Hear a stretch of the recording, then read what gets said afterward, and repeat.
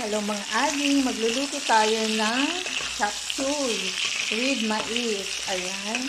Ilagyan ko na ng bawang, sibuyas, at saka patis. And paminta. Ayan. Pwede ko nang ilagay ang gulay. Unahin ko ang carrots and beans. Ayan. Ayan, linagay ko na rin ang sayote. Ayan. Naglagay ako ng konting water.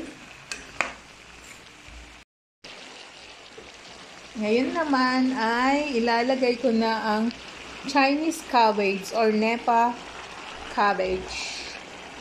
Ayan.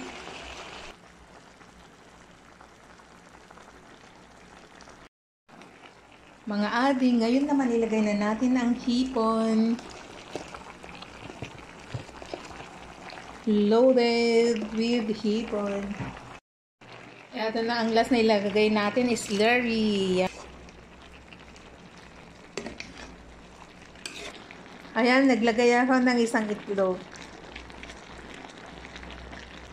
Mga ading, luto ng ating chop suey with 1 egg. Thank you for watching.